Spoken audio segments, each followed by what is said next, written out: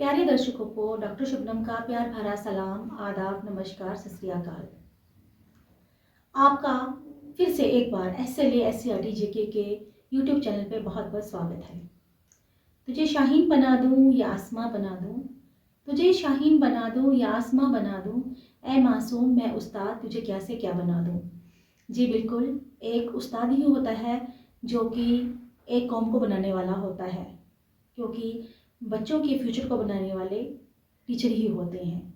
आज हमारे साथ ऐसी ही एक उस्तानी आप कह लीजिए, एक ऐसी ही टीचर हमारे साथ जुड़ी हुई हैं जिन्होंने अपने स्कूल को बहुत ही बुलंदियों पर और ऊंचाइयों पर पहुंचाया है और बहुत बड़ा योगदान हो, बहुत बड़ा कंट्रीब्यूशन उन्होंने इसके लिए किया है।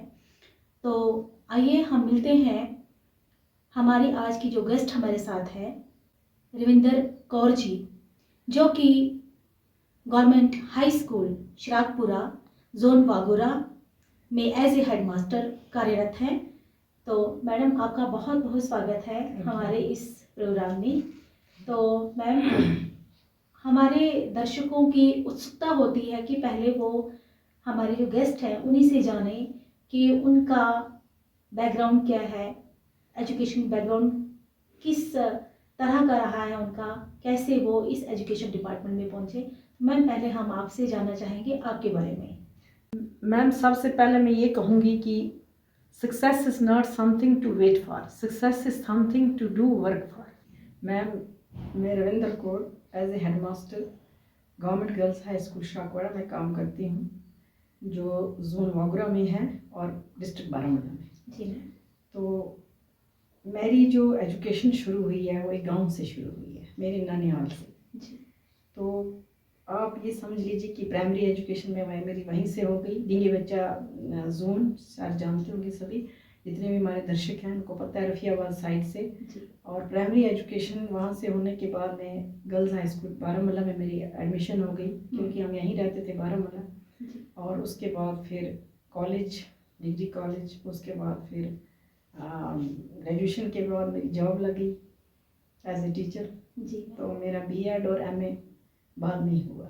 जी मैम। तो मैम आपने जो अपने ग्रेजुएशन की, तो मैम आपके उस टाइम क्या सब्जेक्ट्स रहे थे? मेरे हिस्ट्री था, मेरे मतलब बड़ी बाई चॉइस मैंने ली थी हिस्ट्री। एजुकेशन था और इसी तरह मतलब मीन्स की आर्ट्स सब्जेक्ट्स ही थे मेरे। और बहुत एक चाहत थी कि मैं एक लेक्चरर बनूं। क्या बात मैम। तो फिर आपने MA किस में किया? MA मेरा नहीं हो सका, कुछ घर की मजबूरियों की वजह से नहीं कर पाई मैं। तो बाद में मैंने MA एजुकेशन में किया। अच्छा, लेकिन किया आपने? किया मैंने, हाँ किया मैंने, वो जी, करके जब छोड़ा तो उसके बाद फिर साथ साथ BEd भी हो गया। जी। तो फिर उसके बाद चलता गया ये सफ़र। जी। अपनी एज ए टीचर में काम करती गई तो बहुत अच्छा तो लगा। मैम, और टीचर आप फिर किस ईयर में लगे आप टीचर? मेरी अपॉइंटमेंट बहुत जल्दी हुई है, इसमें मैं एज ए मतलब ग्रेजुएट जब मैं आ गई 1986 में मेरी अपॉइंटमेंट हुई है। Okay ma'am. तो ये सफ़र बहुत लंबा है मैम। जी जी जी। तो फिर करते करते यहाँ तक पहुँच गई। मैम, मैं आपसे ये जानना चाहूँगी कि आप जो टीचर आए, आप बाई चांस टीचर आए हैं या आपकी ख्वाहिश थी एक टीचर बनना? मेरी ख्वाहिश थी। मैं अपने टीचर से बचपन में ही मुतासिर हो गई थी, इंस्पायर हो गई थी, जब बिल्कुल चाइल्डहुड में। तो मुझे उसी वक्त मेरे अंदर एक ये पैशन पैदा हो गया कि मैं कब बड़ी हो जाऊँ, कब मैं पढ़ लिख जाऊँ। जी। तो सोचा भी नहीं था कि पहले जॉब मिलेगी कि नहीं। लेकिन ये ख्वाहिश अंदर ही अंदर से मुझे थी कि मैं टीचर बनूँ। बिल्कुल उनकी कॉपी करती थी अपने टीचर्स की। जी। और हायर सेकेंडरी लेवल पे जब मैं पहुंची तो वहाँ हमारी एक प्रिंसिपल मैम थी, वो जम्मू से थी। तो उनका चाल डाल, उनकी एडमिनिस्ट्रेशन, ये सब कुछ मैं देख देख के ज़्यादा इंस्पायर होती गई।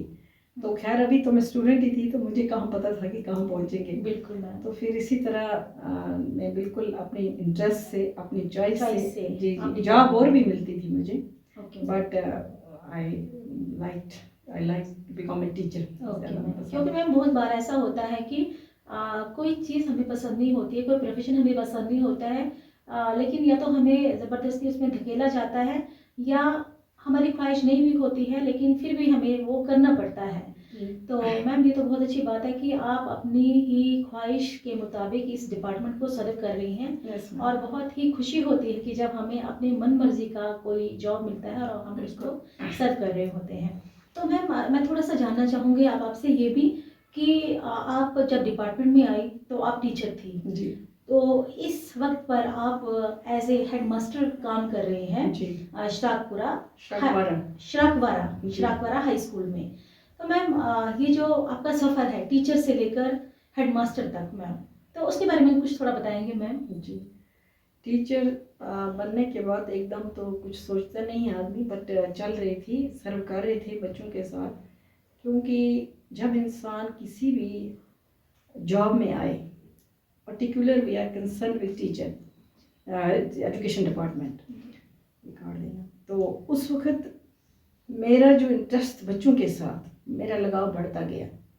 तो मैं चाहती थी कि जो भी मेरी क्लास के बच्चे हैं वो सबके सब अच्छे बन जाएं, कोशिश मेरी ये रहती थी क्या बात है। हमेशा।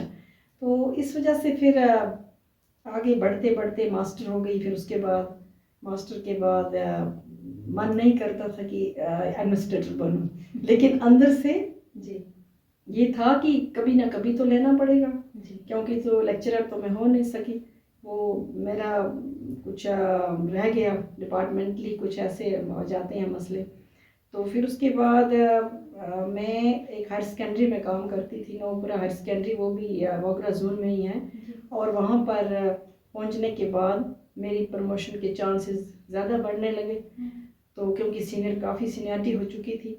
और उसके बाद ही मेरी वहाँ से पोस्टिंग एज ए मास्टर हो गई श्राकवारा हाई स्कूल में। और जब मैं यहाँ पहुँच गई तो दूसरे साल मेरी एज ए हेड मास्टर में 2017 के दिसंबर में मैंने ज्वाइन किया, दिसंबर 29 को श्राकवारा हाई स्कूल में एज ए हेड मास्टर। तो ये ऐसा सफ़र बहुत एक लंबा सफ़र रहा। 32 साल के बाद, 32 ईयर्स के बाद मेरी प्रमोशन हो गई। बिल्कुल मैम। तो बहुत 19 साल एज ए मैंने टीचर सर्व किया जी और 13 ईयर्स एज ए मास्टर। तो मैम आपको कैसा लगता है कि जब आप एक टीचर थे तो उस वक्त आपका क्या कंट्रीब्यूशन रहा, और इस वक्त जब आप एक हेडमास्टर हैं तो इस समय में आपका क्या कंट्रीब्यूशन रहा। मैम उस टाइम जो कंट्रीब्यूशन हमारा था that was concern only with academics, क्योंकि हमारी जो लाइन थी वो पढ़ाना था बच्चों को। तो सिर्फ मेरे में ये एडमिनिस्ट्रेटिव क्वालिटीज़ पहले से थोड़ी बहुत भरी गई थी। अल्लाह का करम होता पहले है। से थे मैम। लीडर थी मैं पहले से ही, क्योंकि मेरी नज़र बच्चों पे ज़्यादा रहती थी, डिसिप्लिन पे। क्या बात है। मैंने कभी ये नहीं सोचा कि हमारे हेड की जिम्मेवारी है जी मैंने कभी दिमाग में ये नहीं सोचा, बच्चों पर नज़र रखी, जी हर चीज़ पे, हर चीज़ को देखती सुनती थी। तो उसके बाद फिर जब मैं एडमिनिस्ट्रेटर बन गई तो उस वक्त एडमिनिस्ट्रेटर बनने के बाद एक बहुत बड़ी जिम्मेदारी जी हमारे कंधों पे होती है, जी क्योंकि उस वक्त आपको अल्लाह एक ऐसी चेयर देता है जहाँ बैठ के आपने बच्चों के साथ इंसाफ करना है। सबसे पहली प्रायोरिटी जो होती है वो हमारे बच्चे हैं। जी अगर हम बच्चों के साथ इंसाफ नहीं कर पाए तो फिर मुझे नहीं लगता कि हमें इस चेयर पे बैठने का कोई हक है। जी तो जैसे मैं बैठी तो मेरे दिमाग में, मैं पहले स्कूल को रीड किया था, already I was working there as a master. तो उस मास्टर की वो साल जो मैं इंचार्ज रही, उस साल मैं पूरा स्कूल को रीड किया था। तो उसके बाद मेरी पोस्टिंग वहीं हो गई। तो मैंने कहा कि इधर कुछ करना चाहिए बच्चों के लिए, जी स्कूल के लिए, क्योंकि स्कूल का इंफ्रास्ट्रक्चर जो था बिल्कुल ख़त्म था। बिल्कुल मैम। तो आप देख भी सकते हैं कि हमारे स्कूल की जो ओल्ड बिल्डिंग थी, अगर शायद उसको मैंने यहाँ तक रेनोवेट करके नहीं लाया होता, मुझे लगता है कि वो खंडरात बन चुकी होती और शायद बच्चे बेचारे कहाँ से कहाँ होते। तो बच्चों के लिए एकदम मैंने स्कूल में सबसे पहले सफाई, जो सबसे पहले हमारा काम है, बिल्कुल उसके बाद बच्चों का साथ साथ क्लासेस, उनका डिसिप्लिन, मॉर्निंग असेंबली से लेकर शाम के 4 बजे तक मैं सिर्फ एक टांग पे रहती थी खड़ी, ताकि मेरे बच्चे जो हैं उनको, मतलब स्कूल में एस्टेब्लिशमेंट करने के लिए हमें बहुत मेहनत करनी पड़ती है। बिल्कुल मैम। अगर हम ऐसा नहीं करेंगे तो मुझे नहीं लगता कि हम बच्चों को कुछ दे पाएंगे। उनके लिए खाली पढ़ना भी नहीं होता है सारा कुछ, जी जी उसके साथ साथ हमारे बच्चों में हर चीज़ डेवलप होनी चाहिए। बिल्कुल उनमें कल्चर एक्टिविटीज़ के थ्रू हम बहुत कुछ डेवलप कर सकते हैं। बिल्कुल सेमिनार्स हैं, कॉम्पिटिशन्स हैं, बहुत कुछ होता है, जी। पेंटिंग कॉम्पिटिशन्स होते हैं। तो आज देख भी रहे हैं कि गवर्नमेंट हमारी जो है वो क्या क्या कर रही है बच्चों के लिए। जी मैम, बहुत सारे इनिशिएटिव्स गवर्नमेंट के बहुत सारे इनिशिएटिव्स हैं। जी मैम, और मुझे लगता है बीइंग एन एडमिनिस्ट्रेटर मैंने कोई भी ऐसा मौका नहीं छोड़ा है क्या बात है। जहाँ मेरे बच्चे ना पहुंचे। डिस्ट्रिक्ट लेवल, रीजन लेवल, तो रीजन लेवल पे मेरी एक बच्ची ने स्लोगन राइटिंग में पूरे बारामूला डिस्ट्रिक्ट में सेकंड पोजीशन पे आई है वो। क्या बात है। और उन्हीं दिनों फिर मेरे साथ साथ है हमारा ये स्कूल का सफाई के लिहाज से हमारे स्कूल को स्वच्छ विद्यालय पुरस्कार भी मिला। बहुत अच्छा। डीसी मैडम हमारी थी यहाँ पर सैरिश मैम, जी। तो इनसे मैंने लिया वो अवार्ड। तो वहाँ जाके फिर मैंने उसी तरह मेरे बच्चे जो हैं वो डिस्ट्रिक्ट लेवल पे तो मतलब मामूली है उनका जाना हर बात पे। जी। तो इस चीज़ में ये मेहनत बहुत इस चीज़ के लिए करनी पड़ी। तो मैम आप मुझे एक चीज़ ये बताएं कि जब आप ऐसे हेडमास्टर अपने स्कूल में आपको लिया गया, तो वहाँ पे सोसाइटी का क्या रोल रहा मैम? क्योंकि मैम अकेले तो सब कुछ करना तो मुश्किल होता है, क्योंकि हमें सबको साथ में लेके चलना होता है। मैं बताती हूँ कि स्कूल का इंफ्रास्ट्रक्चर जो है उसके हवाले से मैंने इतना उस पर वर्कआउट किया कि आप सोच भी नहीं सकते हो कि 2 साल 2.5 साल में किस तरह ऑफिस में चक्कर काटती रही। क्योंकि छत नहीं थी स्कूल को और बिल्कुल पानी उसकी दीवारों में चला गया था। लैब हमारी जो थी साइंस लैब, उसमें तो तैरने वाली बात हो गई थी, ऐसे इतना पानी वहाँ आता था। तो सबसे पहला जो काम है एकेडमिक्स के साथ साथ मैंने यहाँ से दूसरा काम भी शुरू किया था इंफ्रास्ट्रक्चर का। और उस वक्त हमारे सीयू साहब थे, आज साहब सोपर के रहने वाले हैं वो। तो मैंने वहाँ से उसके लिए पैसा सैंक्शन करवाया, जो उसी वक्त फिर गवर्नमेंट का ऑर्डर आ गया कि नहीं जिसको आयरन ट्रस्ट होना चाहिए। उसके लिए मुझे दोबारा से जदोजहद करनी पड़ी। तो उसमें फिर हमारे दूसरे सीयू साहब आगे हमारे बांडीपुरा से मिस्टर गुलाम मोहम्मद लोन साहब जो हमारे नेशनल अवार्डी भी हैं। तो फिर मैंने उनसे अपनी फाइल आगे ले ली। तो मैंने कहा नहीं सर, सबसे पहले मुझे ये चीज़ चाहिए। और मुझे लगता है अपने डिस्ट्रिक्ट में पहली ये हूँ एडमिनिस्ट्रेटर जिसने लड़ के सब काम किए। कोई ऑफिसर्स भी कहते थे कि मैम हो जाएगा, आप थोड़ा मतलब पेशेंस रखो। मैंने कहा नहीं सर, हालत बहुत ख़राब है। तो बाकी फिर कहा कि ऐसा करते करते तो 2020 में हमारी स्कूल की चाहत थी आपकी बहुत ज्यादा, हद से चाहत थी कि ये मेरा बन गया था, समझ लो कि आप मिशन मेरा हो गया था कि मुझे कुछ करना है स्कूल में। क्योंकि स्कूल बना था, स्कूल को संवारने की जरूरत थी। और जब इसको संवारती नहीं तो मैं सोचती मेरे दिन निकल जाएंगे तो मुझे क्या करना है। तो ऐसा मैं कभी सोच भी नहीं सकती हूँ। तो फिर मैंने ऐसा नहीं किया। आप ये भी देख सकते हैं हमारे स्कूल की ये फोटोग्राफ है। ये हमारा पुराना स्कूल था, इसकी हालत आप देख सकते हैं स्कूल आपको। ये छत तो ये हालत देखो, इसको ऊपर से घास भी आई। फिर उसके बाद जब ये इसकी छत लगी, क्या बात, तो फिर इसको हमने रेनोवेट करके इस सूरत दी। इसी में लैब भी है और क्लासेस हमारी मेन बिल्डिंग है। तो इसी तरह से फिर हमारा जो सफ़र है वो चलता गया और स्कूल को एक नई शेप मिली। और पूरे जोन में, पूरे बारामूला डिस्ट्रिक्ट में आज हमारा स्कूल लीड कर रहा है हर एक्टिविटी में, हर काम में। और एकेडमिक्स के लिहाज से किसी काम में भी मैं बच्चों को पीछे नहीं रखती। क्या बात है मैम ये और रहा इसका आपने क्वेश्चन किया था सोसाइटी का जी, जो हमारे PRIs हैं उनको लेके मैं चलती हूँ। लेकिन तब मैं नई गई थी, अभी उनका यहाँ आना नहीं था इतना। जब मैंने छत की बात रखी थी गवर्नमेंट के सामने, अपने ऑफिस के सामने, तो उस वक्त उनका उतना आना जाना नहीं था। तो मैंने साथ साथ उनको भी इसमें इन्वॉल्व किया। हर चीज़ में जो आजकल जो भी एक्टिविटी होती है उसमें मेरे PRIs, हमारी सोसाइटी, हमारे जितने भी पेरेंट्स हैं सब आते हैं। तो कुछ नहीं आते हैं, लेकिन मैं लाती हूँ, मैं मैसेज डालती हूँ, फ़ोन करके बुलाती हूँ कि आपका यहाँ आना जो है बड़ा ज़रूरी है। क्योंकि बच्चे जो हैं ये तो 3 वे प्रोसेस है, पेरेंट्स, टीचर एंड स्टूडेंट्स। इसमें हम तीनों का, और आज चौथा एक और हमारा एक चौथा जो पार्ट है हमारा कंपोनेंट वो है SMDC मेंबर्स। तो उनको भी ये सारे लेकर जब हम चलेंगे तो मुझे लगता है एक बहुत अच्छा फ्यूचर। उनको आप मंथली बुलाते हैं SMDC पेरेंट्स को? PTM जब हमारी होती है और SMDC तो एक साथ ही मैं बुलाती हूँ। क्योंकि इन लोगों के पास काम नहीं होता है, ये टाइम नहीं होता है। गाँव के लोगों में ज़्यादातर इनको अपने एग्रीकल्चर का काम ज़्यादा रहता है। तो इस वजह से फिर एक ही दिन हम रखते हैं। कुछ नहीं आ पाते हैं तो कुछ आते हैं, लेकिन इन्वॉल्व मैं ज़रूर करती हूँ, कोशिश करती हूँ कि कोई ना कोई आए। और आते हैं, पेरेंट्स बहुत खुश होते हैं स्कूल का डिसिप्लिन देखकर। बच्चों की फिक्र उनको अब नहीं है, कहते हैं जब से आप आई हैं तो हमें बच्चों की टेंशन खत्म हो गई। क्या बात है। तो मैम हमारे दर्शक ये भी जानना चाहेंगे कि पहले आपके स्कूल का रोल क्या था और अब आपके स्कूल का रोल क्या है मैम? मैम इसकी क्लबिंग थी किसी स्कूल के साथ, ठीक। तो उस वजह से लगता था रोल ज़्यादा है, लेकिन जब उसकी डे क्लब हो गया वो स्कूल, तो स्कूल का रोल जो था वो बड़ा मतलब काफ़ी कम पड़ गया। और उसके साथ साथ बच्चों का कुछ वहाँ से निकल भी गए थे, तो उस वजह से तो जब मैंने एज ए हेड, मैंने कहा ना मुझे बहुत मेहनत करनी पड़ी। जी जी मैम। चाहे वो इंफ्रास्ट्रक्चर के लिहाज था, चाहे वो एकेडमिक्स के, डिसिप्लिन के, या फिर एनरोलमेंट मैम आप ले लीजिए। आपको मैम बहुत मेहनत करनी बहुत पड़ी, ज़्यादा, तो बहुत ज़्यादा। इसी वजह से आप हमारे साथ यहाँ पे बने हुए हैं मैम, क्योंकि मेहनत करने वाली शख्सियत ही हमारे साथ यहाँ पे जुड़ी होती है। मैम घर घर जाके एनरोलमेंट ड्राइव जी। करवाया मैंने, हर जी। जगह जाके खुद बच्चे मांगे, बहुत और अच्छी बात है। फिर कहीं ना कहीं जाकर हमारे स्कूल का रोल जो है वो स्टैंड हुआ।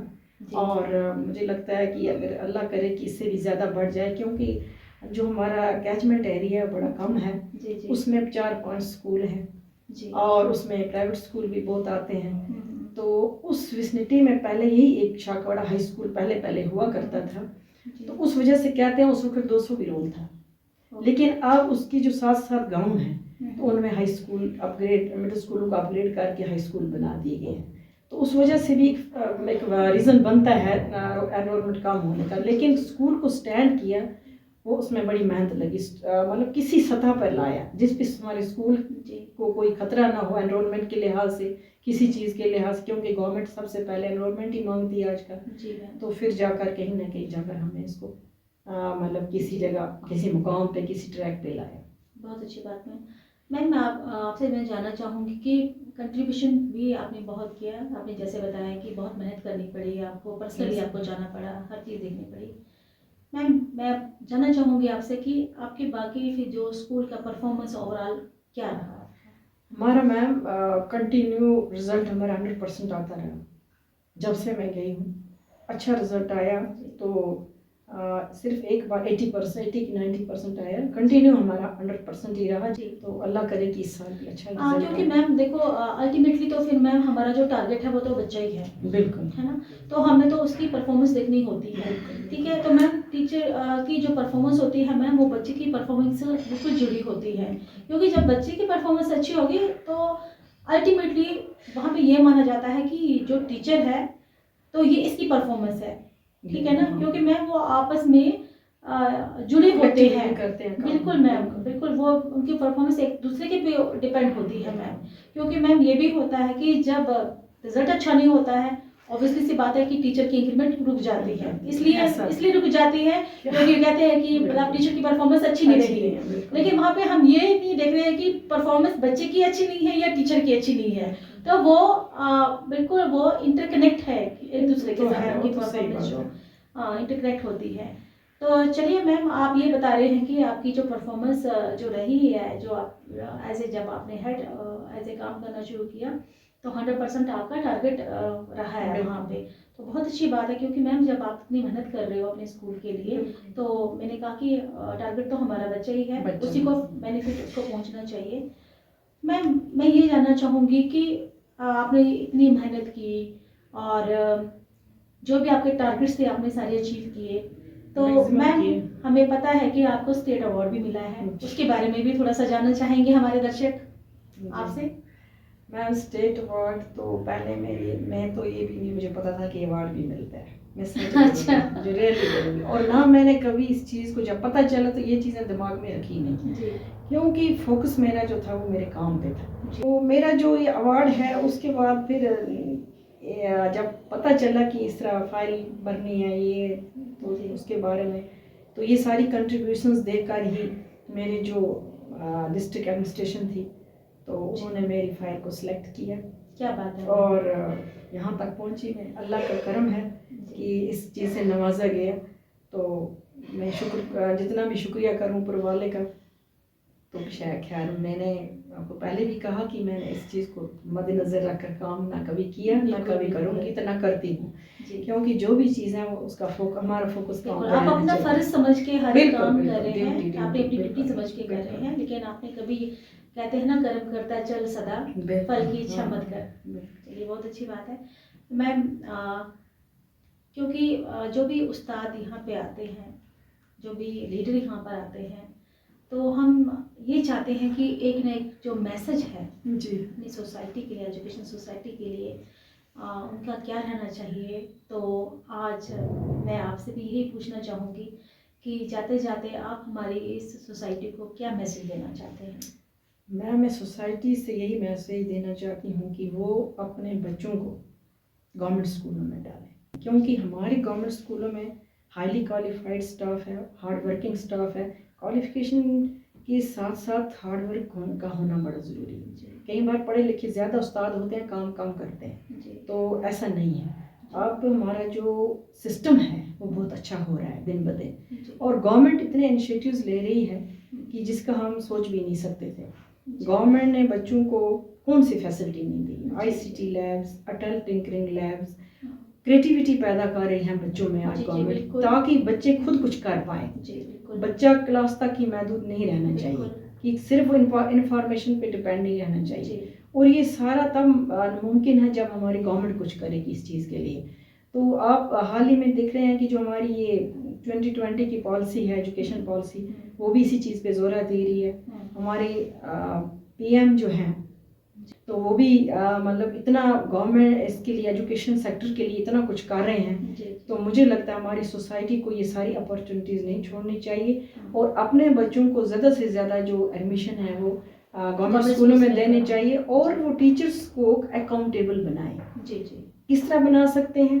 Through PTMs। जब हम बच्चों की, जिस तरह प्राइवेट स्कूलों में टीचर जाकर बच्ची की मंथली जो है मीटिंग अटेंड करते हैं, पेरेंट्स टीचर मीटिंग, इसी तरह वो गवर्नमेंट स्कूलों में भी आ जाएं। वहाँ भी पूछें टीचर से कि भाई हमारा बच्चा कैसा चल रहा है, हमारे बच्चे की परफॉर्मेंस कैसी है, इसका चाल चलन कैसा है, इसका उठना बैठना कैसा है, इसकी सोसाइटी किस तरह चल रहा है स्कूल में। तो हर चीज़ का जब हमारी सोसाइटी को, हमारे पेरेंट्स को पता चलेगा, तब बच्चे को आगे बढ़ने में कोई दिक्कत नहीं आएगी। उसकी ओवरऑल जो हॉलिस्टिक डेवलपमेंट है वो इन चीज़ों से हो जाएगी। और मैं चाहती हूँ कि हमारी सोसाइटी अगर इन चीज़ों पे गौर करे, गवर्नमेंट की हर चीज़ का, हर स्कीम का फ़ायदा उठाए, तो मुझे नहीं लगता है कि कोई इसमें बुरी बात है। प्राइवेट स्कूलों को हम ज़्यादा देते हैं, बहुत प्रेफरेंस देते हैं, उसके बदले हमें गवर्नमेंट स्कूलों को दें तो बहुत अच्छा है। जी मैम, उसमें तो फिर ज़्यादा जो रोल है मैम, जो एक स्कूल लीडर है उसका एक ज़्यादा रोल बनता है कि वो पेरेंट्स के साथ किस तरह कॉन्टेक्ट करें और किस तरह से वो उनको PTMs में लेकर आए। जो इनिशिएटिव्स हमने स्कूल में लिए, बहुत सारी एक्टिविटीज़ जब हमने की, तो एक इनिशिएटिव हमने ऐसा लिया कि मैंने सोचा कि एक स्कूल की क्यों ना एक मैगजीन हो जाए, तो उसको लॉन्च करने के लिए इस पर मेहनत करनी पड़ी, जो इसका नाम मैंने ड्रीम्स रखा, क्योंकि मेरे सपने थे जो इसमें सब आ गए। क्या बात, शुक्रिया मैम आपका बहुत बहुत। आपने बहुत अच्छी बातें हमारे साथ शेयर की, अपने बारे में बताया, और सोसाइटी के लिए बहुत अच्छा आपने मैसेज दिया। तो मैं दर्शकों के समेत आपका बहुत बहुत शुक्रिया अदा करना चाहती हूँ, और थैंक यू व्यूअर्स। अब हम आपसे इजाज़त लेना चाहेंगे, और नेक्स्ट वीडियो के लिए आप हमारे साथ बने रहें हमारे SLA ICRT JK के YouTube चैनल पर। आप सभी का बहुत बहुत शुक्रिया हमें देखने के लिए। Thank you.